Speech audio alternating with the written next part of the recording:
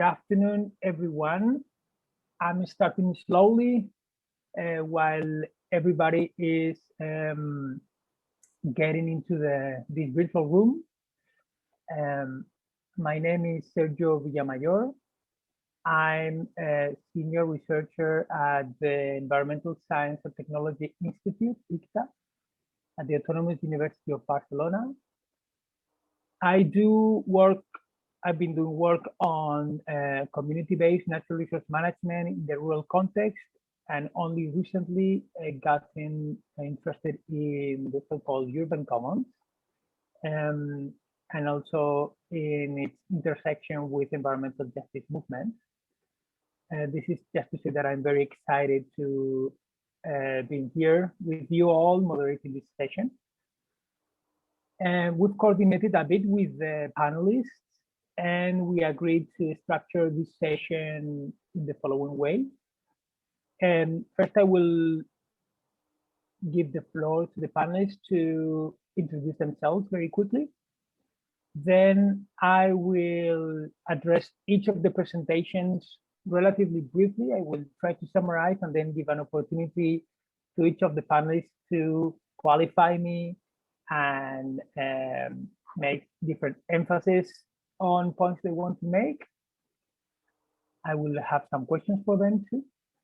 And then we will open up the floor for questions from the audience. I really hope there are many questions. I have many also, but I would rather listen to you all. And we will move from there. So I think without further delay, I would like to start with a round of introductions. So let's start with Dayla. Hello, everybody. My name is Dayla Hazar Kalonya. I'm an assistant professor doctor at Urban and Regional Planning Department from University, Turkey. In my PhD study, I was working on, firstly, I introduced commons in my PhD study, especially rural commons and pasture areas. After that, I continue studying and investigating on the commons concept. And at this conference, I presented environmental movements in Turkey from the last decade from a perspective of commons, because these movements usually occur on as a defense on the commons, especially in rural areas, but also in the, urban areas. For example, Gezi protest in 2013 is an example of this, and which also triggered the debates on the commons in Turkey. And I continue on working on commons. Also, I study on urban design and urban morphology and gender studies. For example, tomorrow I have another panel in terms of gender and urban commons. Today, at this panel, I'm gonna explain a little more about the environmental movements in Turkey. Thank you.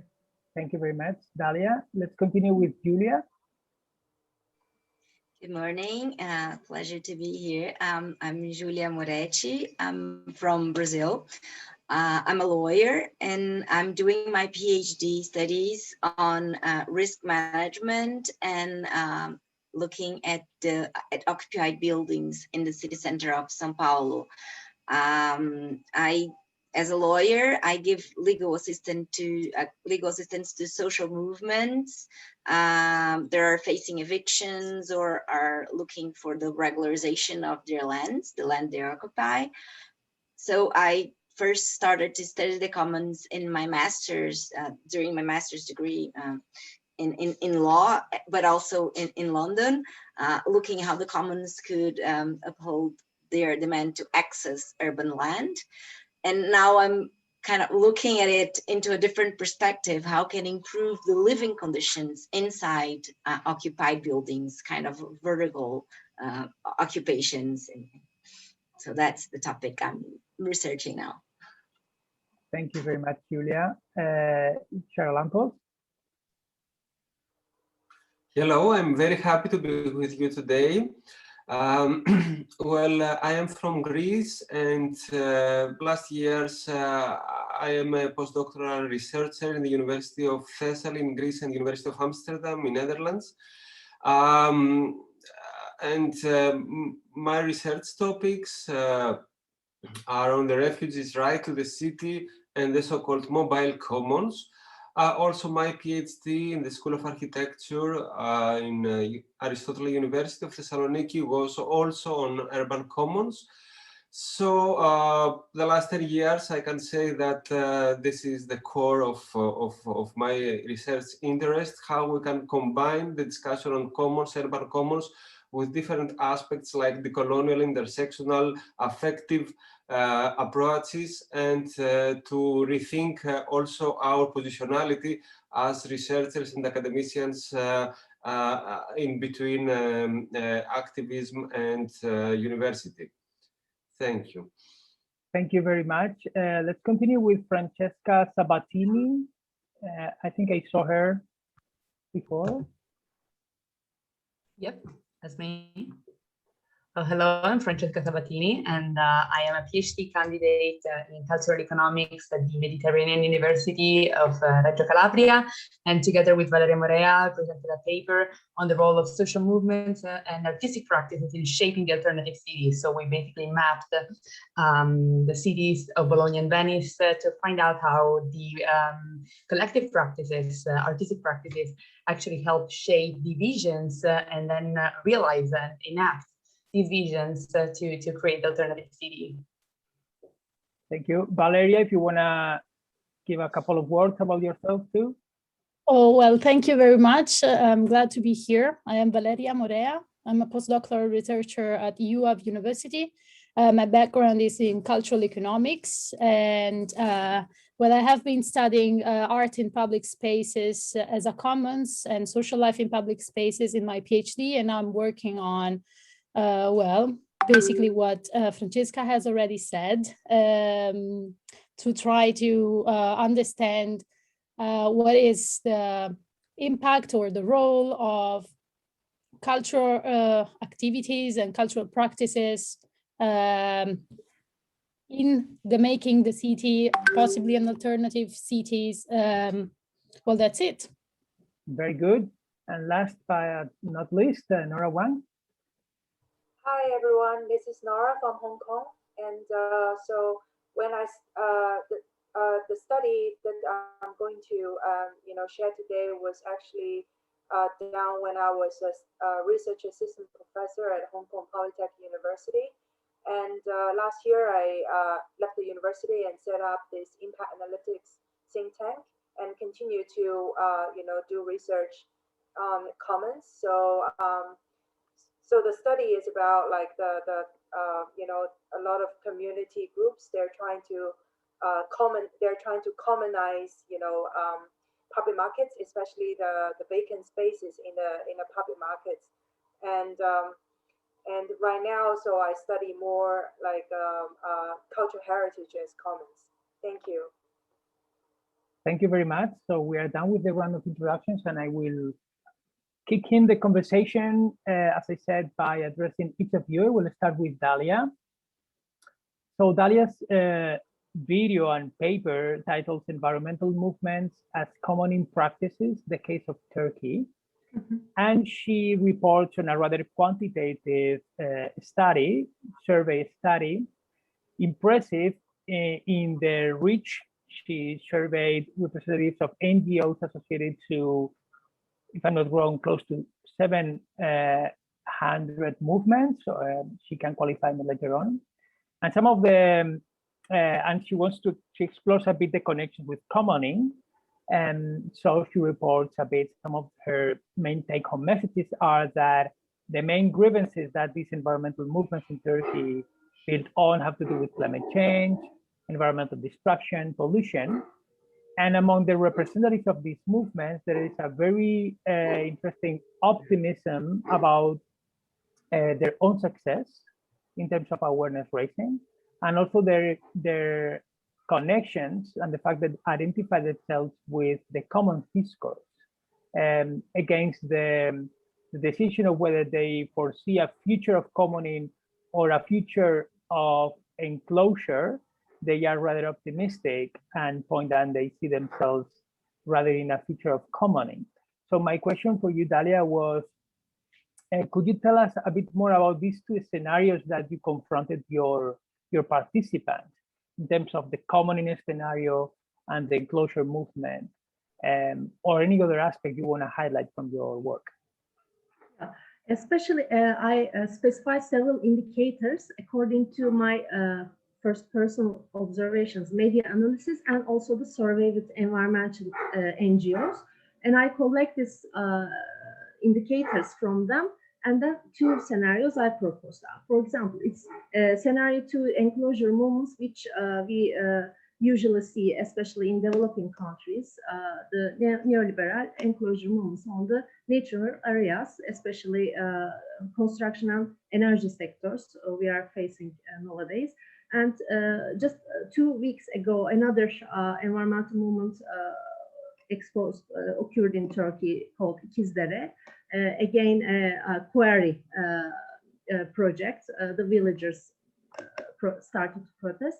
This is very common in Turkey, and the movements especially accelerating, and the movement of the trend, environmental trend, in line with the increasing awareness on these especially concepts, increasing. And so I propose two scenarios: commoning practices, including environmental movements, and other practices, some collaborative action models, again in line with local governments, NGOs, and rural and urban residents. We can give some credits to, for example, I give some credits to these dimensions, and I separated them as strengths, threats, or opportunities and weaknesses. So, of course, the enclosure movements part has obviously has a lesser number. So I propose the scenario 1, but how can we achieve this scenario 1 is another big question. It's about, actually, this trend is accelerating, but increasing the public opinion on the concept of commons, because it's a very recently spoken concept in Turkey, is important. So I made this study from a perspective of commons, but also it's environmental perspective also. So how can I explain? I gave this number, not the interviewers, but I collected the data and I evaluated all by myself. It can improve, of course. The numbers can change. The indicators can be improved in the future, as I believe, is starting of a study on a comprehensive study on environmental movements, because there haven't been any study done for about this time period in Turkey before. I hope further studies will explore it more. I agree with you that these large and quantitative studies are very much welcome, and there are several panels on methods, and I have actually some questions for later discussion on methods. And before continuing, I would like to open the floor to any clarification questions quickly from the panelists or the audience. There is no need, just in case there are pressing questions.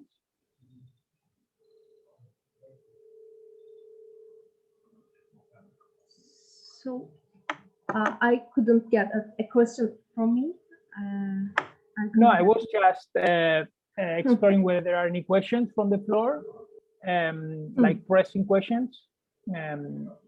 So let's move on with Julia's work. Her paper titles "Risk Management in Abandoned Buildings Occupied by the Social Movement."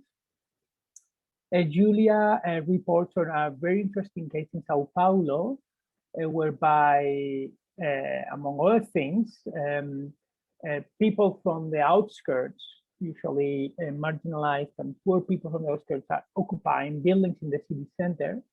these buildings are very not well maintained, and therefore living there is really risky physically and in safety terms. And what Julia is illustrating is that the movement that is encouraging these people to move into these buildings is not only doing that, but also organizing the people to build capacity and reduce that risk. So she shows how movements really build capacity via commoning practices. I hope I'm doing justice to Julia's work. She can qualify right now. One question I have for her is, some people have started conceptualizing risk as a commons itself. I'm thinking now particularly about people from the financial sector. I was wondering if you have also thought about this idea of thinking about the safety issues as a commons. So please go ahead, Julia. Unmute. Okay. Thank you, Sergio. Well, I think what I'm trying to study is first the commoning practices in terms of action. So how small actions promoted by the social movements can improve the living conditions on these buildings. When we talk about risk, is usually, and when you translate it into law, usually you go to nothing or zero sum game. Like you have to either remove or stay and attend all security measures. And what the movements are showing is that there is a progression. And instead of risk, we are trying to dialogue with the discourse of improving living condition and improving the quality of the building progressively. So in that sense, commuting practices are very important because they are progressive, they improve, and then can do that in many terms. And if we can talk to like Valeria and Francesca work, there are very important cultural interventions that help to promote improvements in these buildings. Sometimes they have like cafes, literature discussions, or even like cinema. They had a documentary done. I don't know if any of you have seen it. It's called Hotel Cambridge Hotel. So they are, so since you can talk about cultural measures, but also physical interventions like replacing wood divisions for drywall, putting fire extinguisher, capacitating the people to formate the fire brigade, or so simple measures that really have a huge impact on daily lives. But also in the video, I discussed something that sometimes, and I think Dayla brings a little bit of it. Ostrom's work talk about commons as a resource, and although some literature nowadays say it's not adequate to look at urban commons from that perspective, because you're not talking about the exhaustion of resource, because the right of the city, like the more you use, the more value it has. I think the Ostrom's work on that sense help us to put the discussion in terms of access.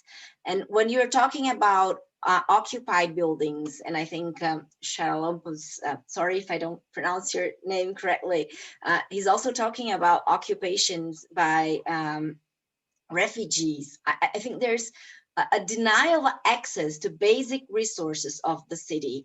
And I think that the difference between resource system and resource units used by Ostrom is very important. So if you understand the city as a system, yes, there is no exhaustion.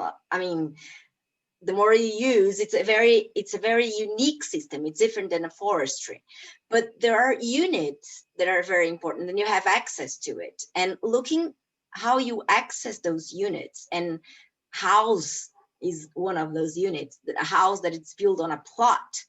And if you look at it in terms of a very strict idea of private property, it's very hard for these people, migrants. We also have occupations nowadays with migrants from Haiti or African, but even the poor, the urban poor.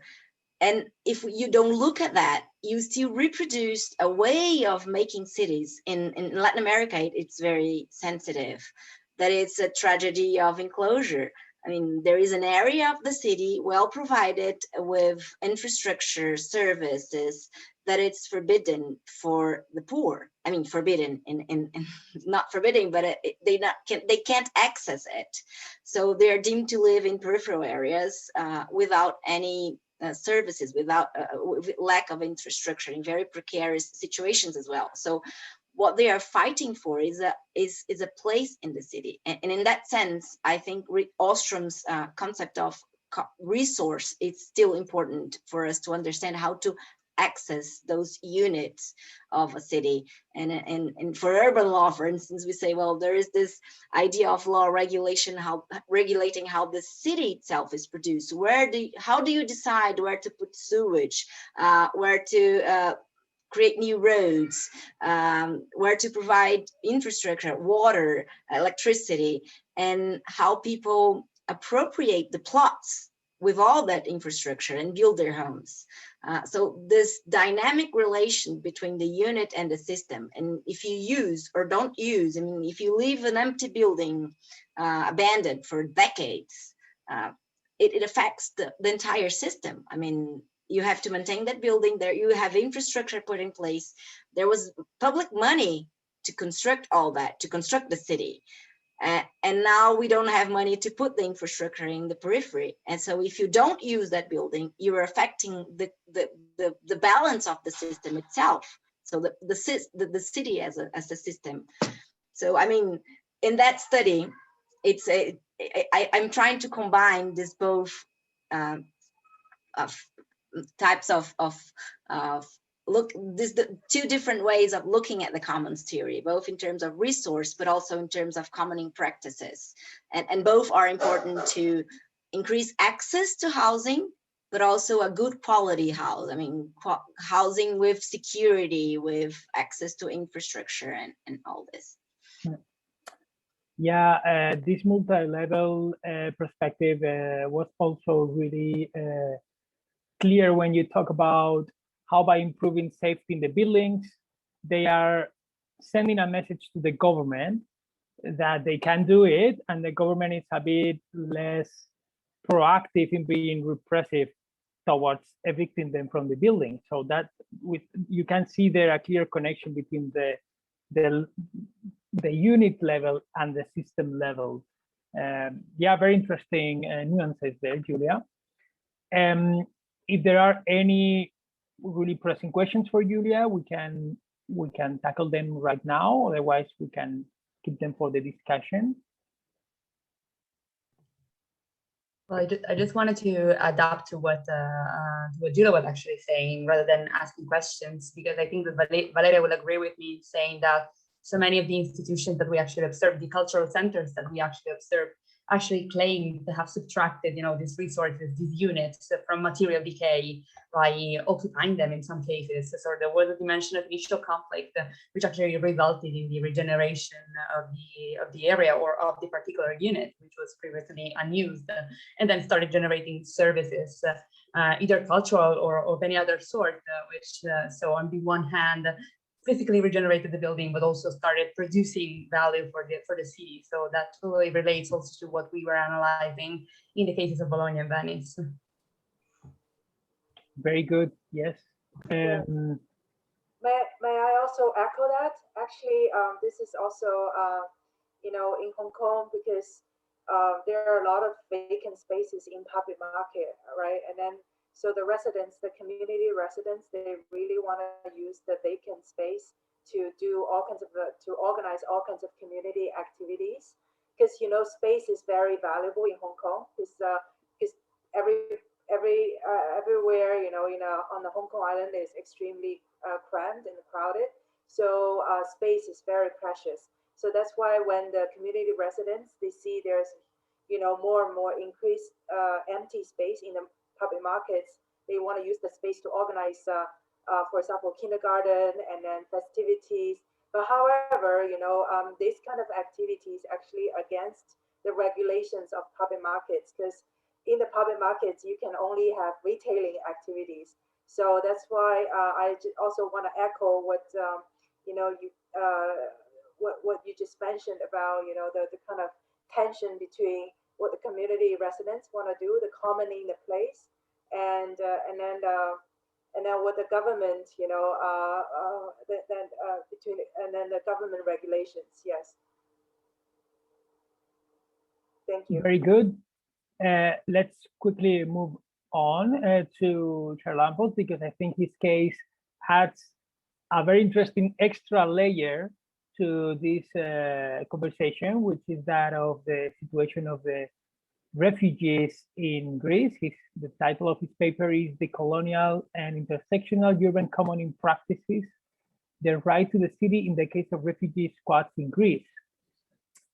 So in this presentation, Charalampos confronts the situation of refugee camps in Greece that were created following the refugee crisis in North Africa, and contrasts that situation with the situation of some sort of emerging bottom-up, and that's where I understand, a squatting movement featured by these refugees, and a series of commoning practices that apparently are working pretty well to integrate refugees. So I had a question for Charalampos. I would like to know a bit more about how these squatting houses emerged and how they are evolving. And you make also a lot of emphasis on intersectionality, and I wanted to know a bit more about which are the divides you've seen in these squatting houses. So pick your question and let us know. Thank you, Sergio. Thank you very much. And I had also, and I thank here from Valeria, a question in my email. Also, a little bit similar. I think it's in the question is about the homogeneity of urban commons and how we can discuss more heterogeneous commoners. So, well, first of all, about the situation of refugee squads in Greece. Yes, actually, there is a background of political and social squads, social centers in Greece, mainly from anarchist perspectives during the last decades, and from 2015-16, during the so-called refugee crisis and the closure of the Balkan corridor, some dozens of thousands of refugees trapped in the Greek territory. So there was, we can say, social solidarity from many different perspectives, and one of these was also from political groups and we can say social movements, especially in the islands of Lesbos, in Athens, in Thessaloniki. Also, maybe you remember the many makeshift settlement of refugees in the borders between Greece and Macedonia. So in order to answer to the direct needs, housing needs of the newcomers, there were many solidarity initiatives with refugees occupied abandoned buildings in the city centers. Also here I should say that many empty buildings, public buildings or private buildings like hotels are the results of the economic crisis in Greece from 2009, 2010. So there are empty buildings in the city centers. So in these empty buildings, the newcomers created, we can say, experiments, laboratories for cohabitation, co-living, between them and also solidarity people from Greece and also from Europe. So it's very interesting, this combination, so many different people with so different backgrounds, ethnicities, religions, languages, and we can say that commoning in these spaces is always a matter of opening the inside to the outside. There is a very famous analysis from Stavros Stavridis on this, about commons as open spaces, opens to the newcomers. So I think that the cases of refugee squads are very, very in the center of this discussion. So here, when I'm talking about decoloniality or intersectionality, I'm thinking how we can decolonize, we can say in the European context, the European citizenship, and to welcome newcomers from other continents, and how we can create thresholds and open the city centers to the newcomers against the state and the European Union policies of marginalization, isolation, criminalization, stigmatizations in the refugee camps on the outskirts, far away from the city centers. So I think that these heterogeneous spaces, we can say that are thresholds not only for the city, but also for the to contest and to negotiate the multiple identities that all these inhabitants should address in order to create these collective spaces. Thank you, Charalampos. Very, very interesting connection between the open space commons and this political agenda of integration that has benefits both ways, for the city and for the refugees also. Great. Are there any pressing questions or comments from the audience? I'd like to add something. We have in Turkey very similar situations also, and it's a very important and hotspot issue about especially Syrian, but not only Syrian refugees problem.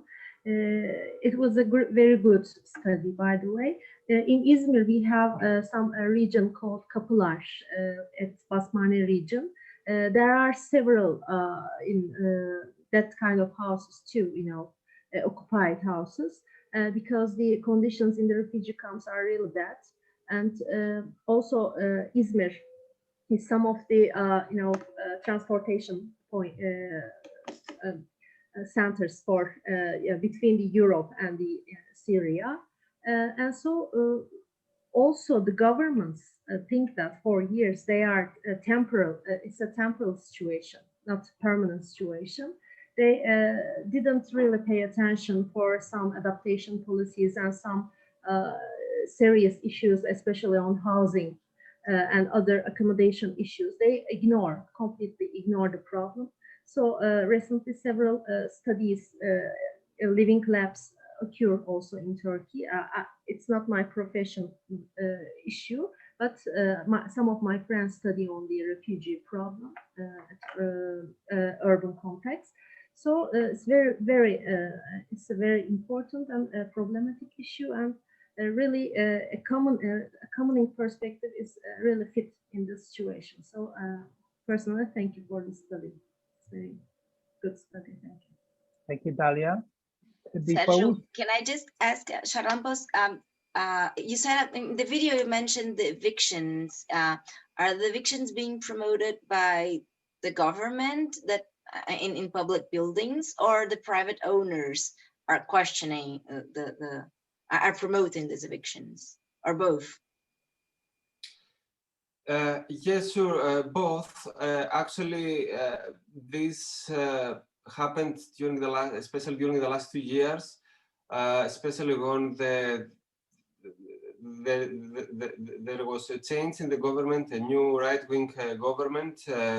Had as a slogan the clearness of the city centers, especially in Athens, Exarchia neighborhood, of refugee squads, and back to the so-called normality.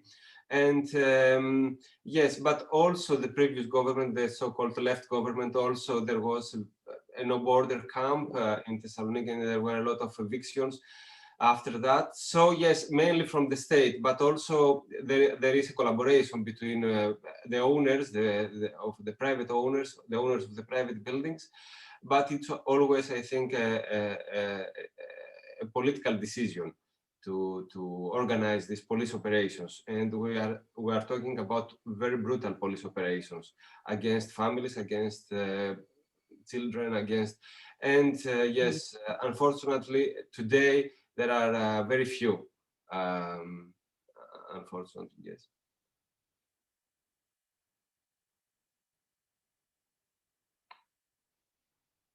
Okay, very good.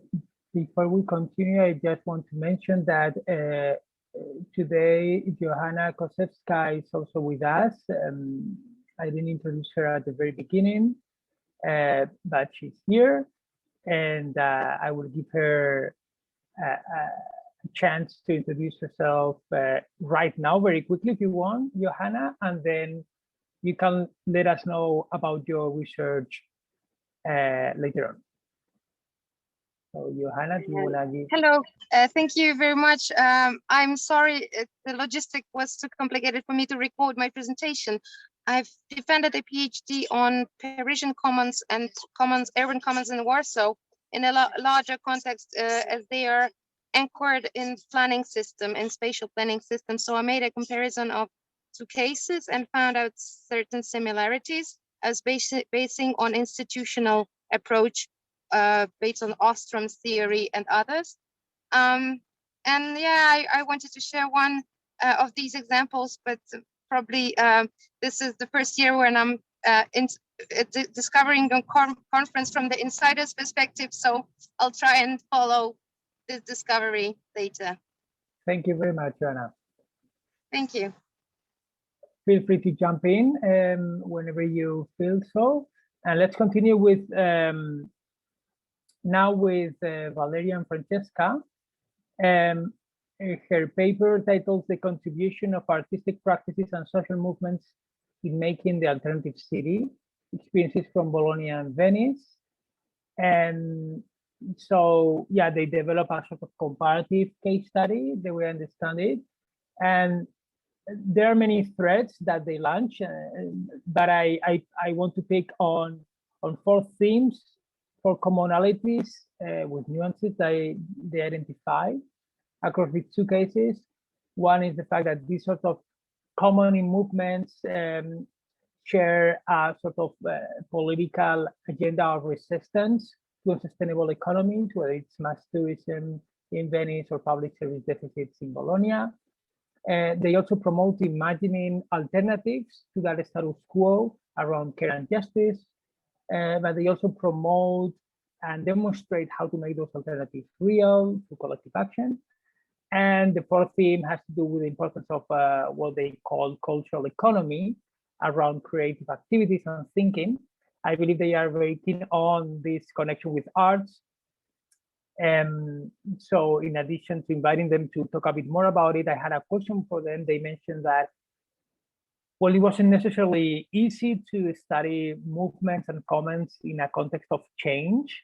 And I wanted to hear more about that, which were the challenges that you faced, because yeah, movement is indeed a very dynamic phenomenon.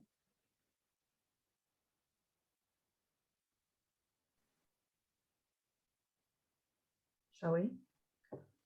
Yeah, for what concerns the Bologna environment, speaking of the dynamics and the dynamism of Bologna, actually, yes. And even though this is not this does not deal scientifically with that difficulty, having lived in Bologna for years, I first began searching for commons and occupied buildings that I knew, and found out that they had been evicted in the meantime, for example. So it was not just because of the pandemic, but throughout their life they had been evicted.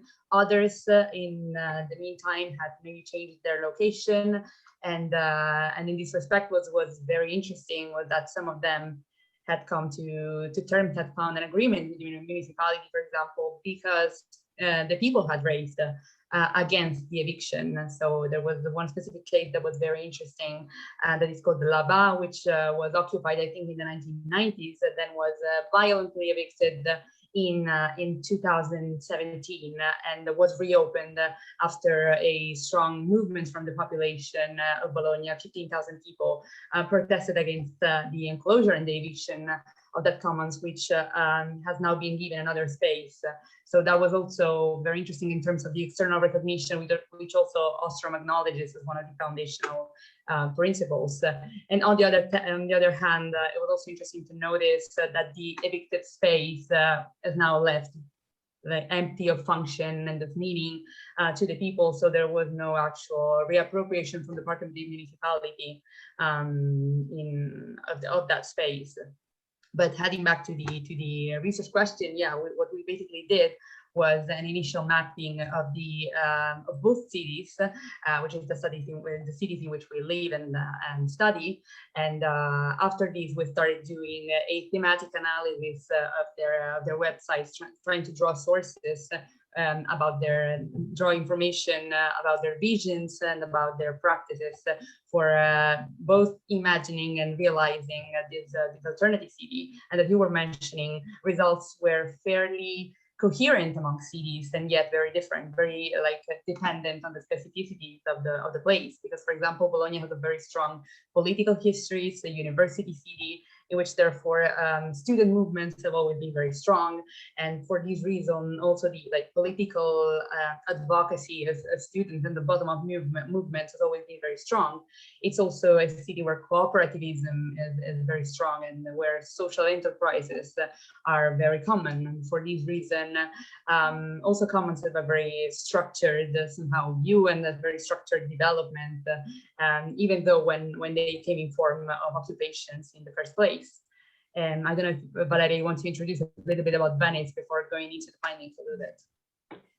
Yeah, of course, Venice is in contrast with that, because the genius loci of this city is a more decadent one, in a way that Venice used to be a great leader, both in trade and in promotion of culture back in time. And now the discourse of people from sidewalk chats to these very movements that we are studying is about a way to contrast this extractivism of on which the local economy is based, namely the tourist market. They feel the people in Venice that we are studying, they feel the need of creating the opportunity for themselves. And here is where we have found the theme about the cultural economy of the city, which may sound maybe a bit shady for you. As I gather, I don't see cultural economists among us today, so maybe I can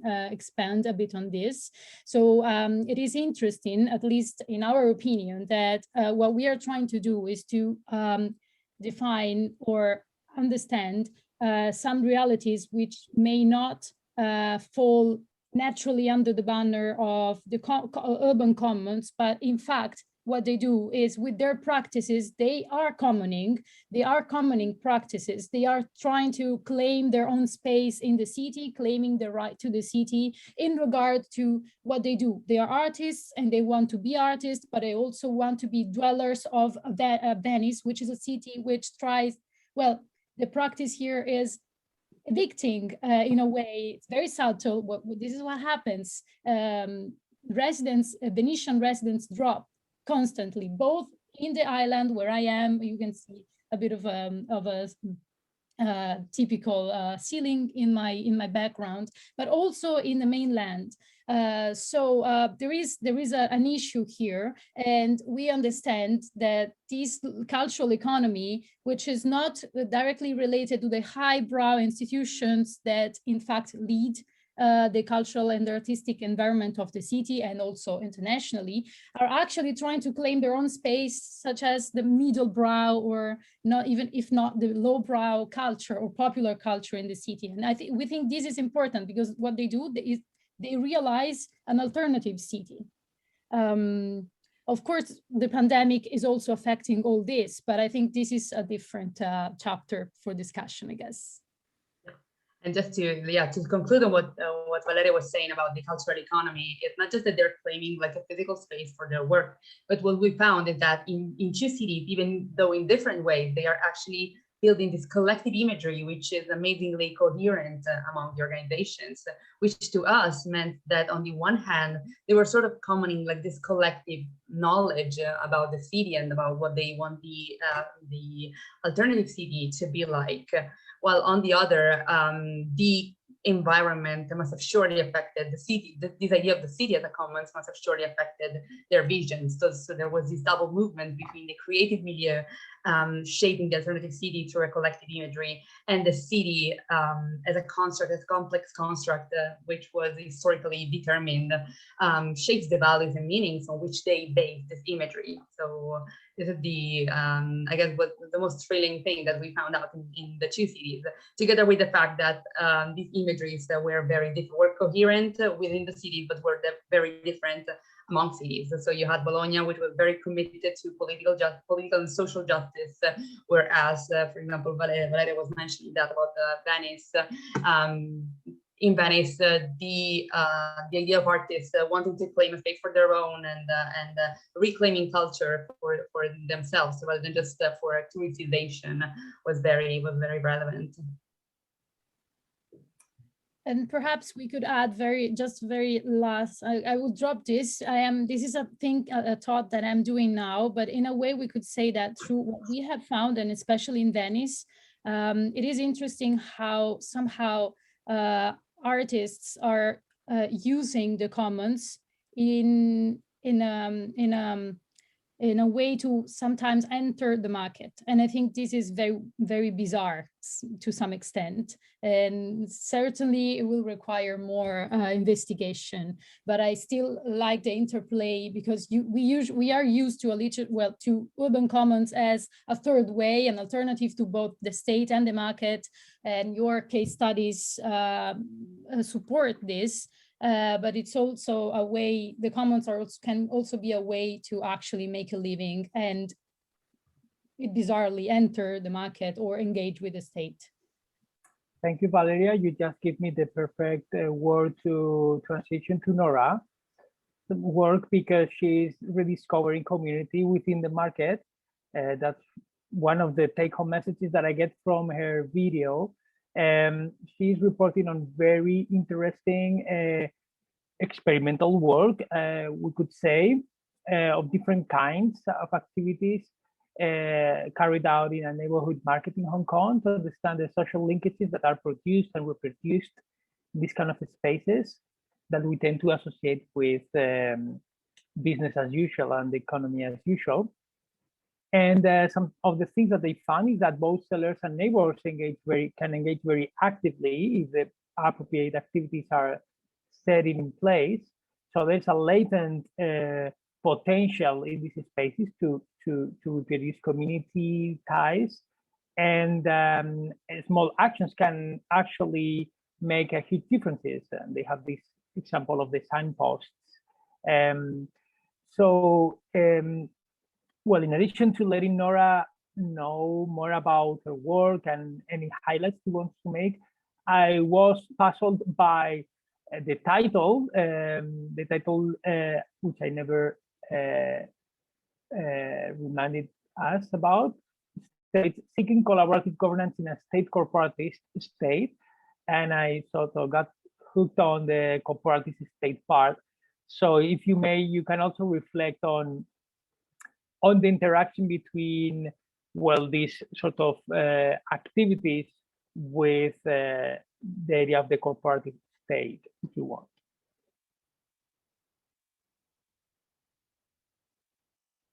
I think you are mute, Nora.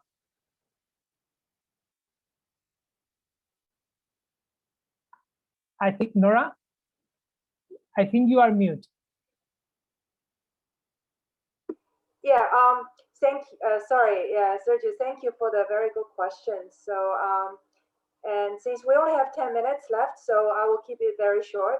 And so for your first question, state corporatism.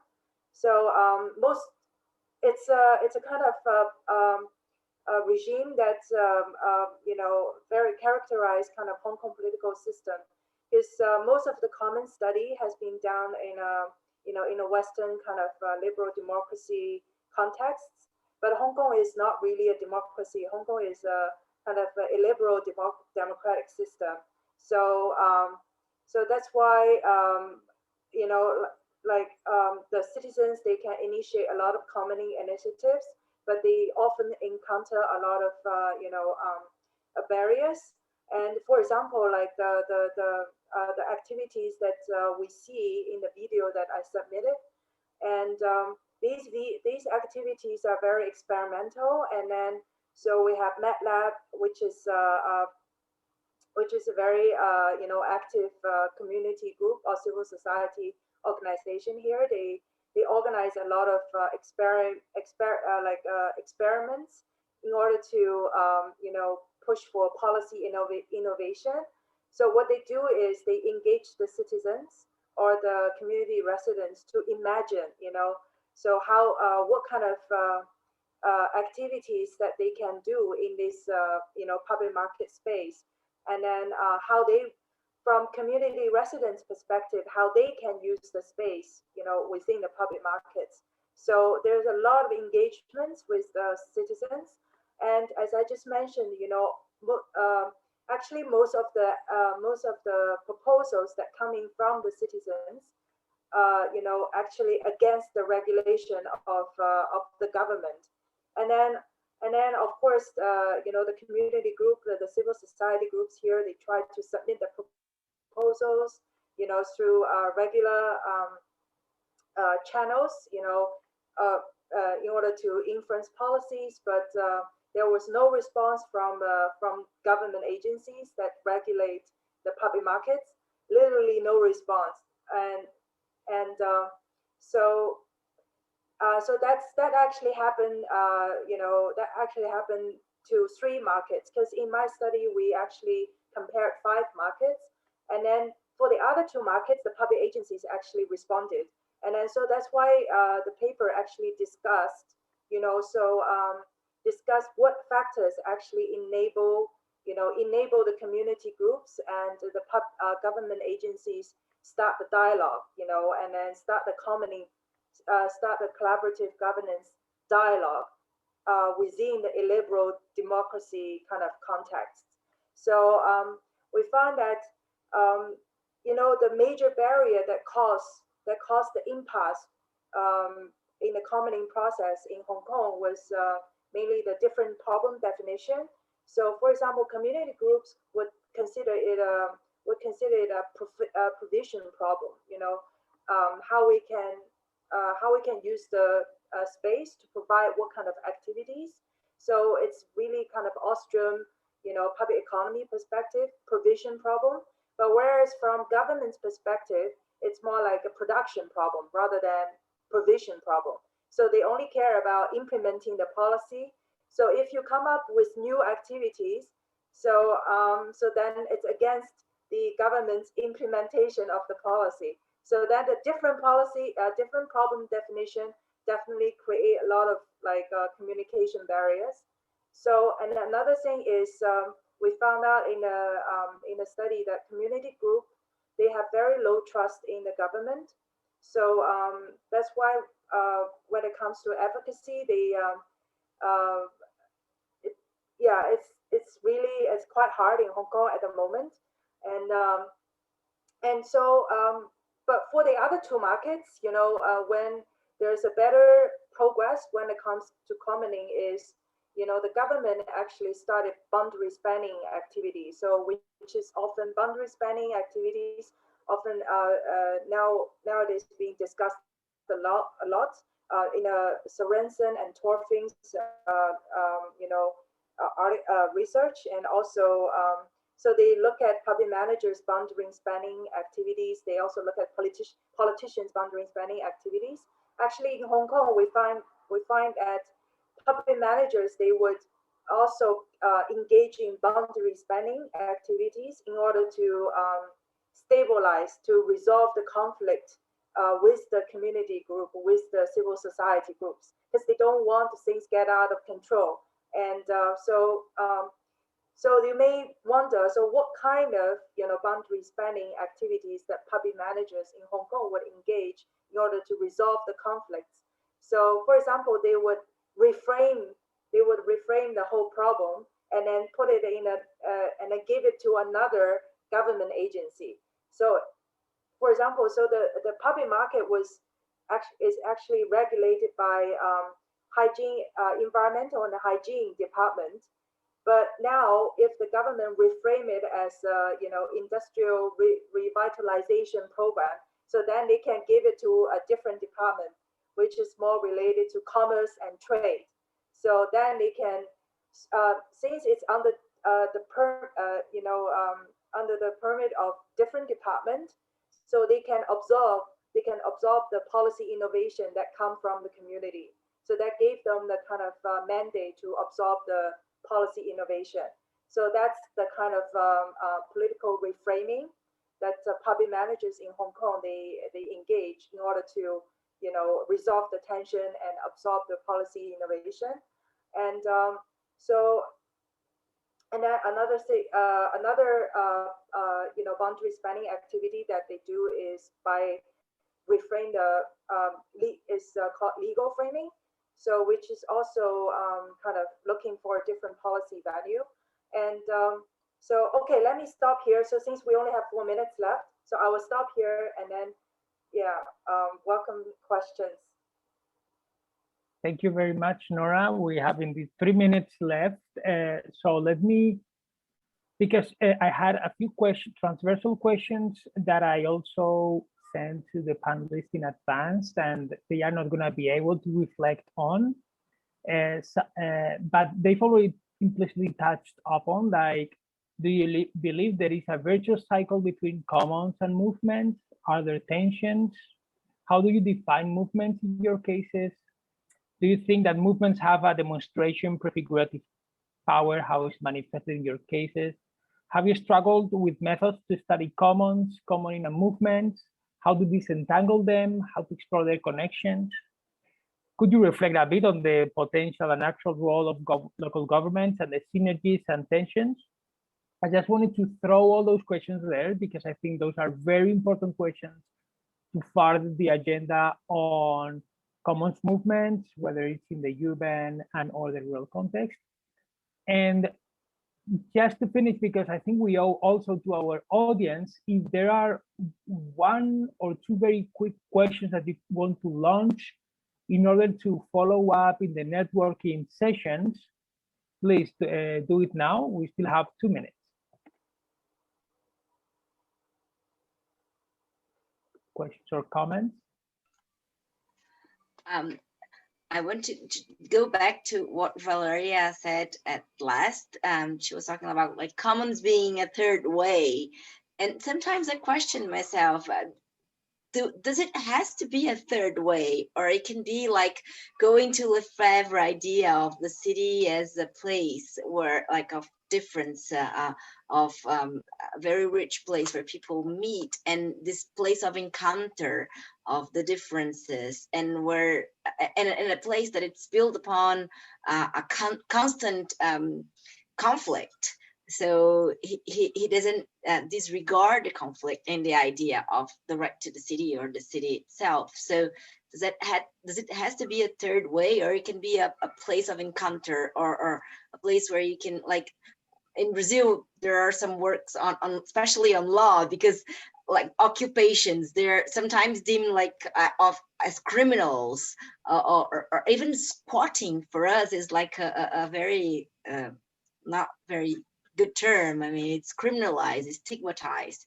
So how can we use this insurgency to meet the status quo, or the law of the state, the law of the market? Because I think in all of our countries, or most of the countries, the state is a state based on market basis, on market values. So it's a capitalist state.